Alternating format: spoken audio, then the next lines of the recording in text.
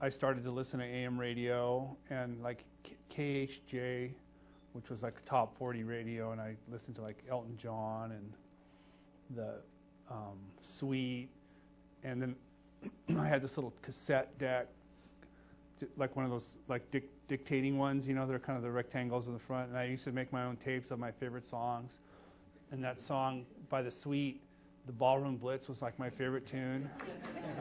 And so then I would like and then I'd play back the tape, and it's just like, how come Ballroom Blitz always turns out really bad? Like, that song is like so heavy, you can't even record it. And then now I think about it, it's like I had the stereo so loud, because I would put it next to the speaker, that I would distort to like, oh yeah, this is my favorite song, I'd crank it. And then, so it was like, you know, it'd be like Elton John, looks like Daniel, you know, and then Ballroom Blitz would come on. How come I never figured it out until later, like why did those tapes turn out like that?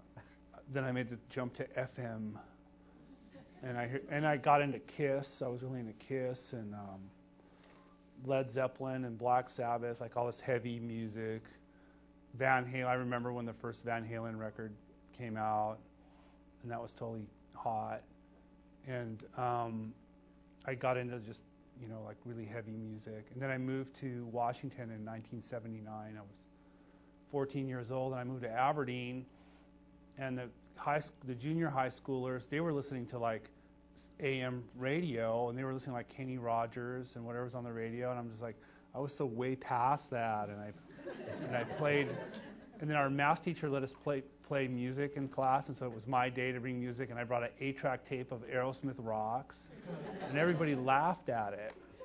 And I'm like, you don't get it. And then sure enough, 3-4 years later, I'd like go to parties or like with like a kegger in the woods or whatever, and there'd be Aerosmith Rocks just cranking. But then I was into like way past that, even though I still love Aerosmith Rocks. I mean, it was in 1982, I met Buzz Osborne and Matt Lucan, and they were in this band called the Melvins.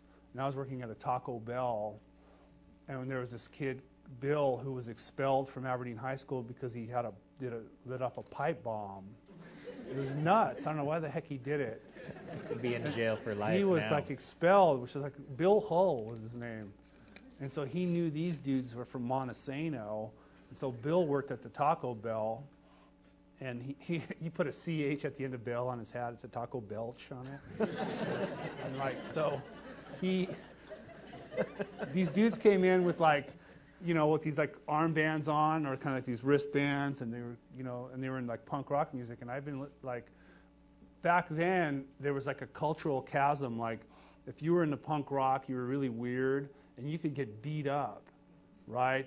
There was like the establishment people who were like, hey man, we're into the good old music, you know, driving around in Camaros or whatever, and the punk rock people are on skateboards, or I drove Volkswagens. You can see I always been, you know, Volkswagen. I drove a Volkswagen bus. It was Buzz. He lent me his generic Flipper record. Flipper, things come full circle. We're going to play with Flipper down the street tonight, and I put this record on, and I go, what is this? This is just really weird. It sounds bad. Like, where was this recorded? Like, when I was a kid with a little, like, you know, cassette thing. And and then on the third time, of all places, I was laying on a waterbed.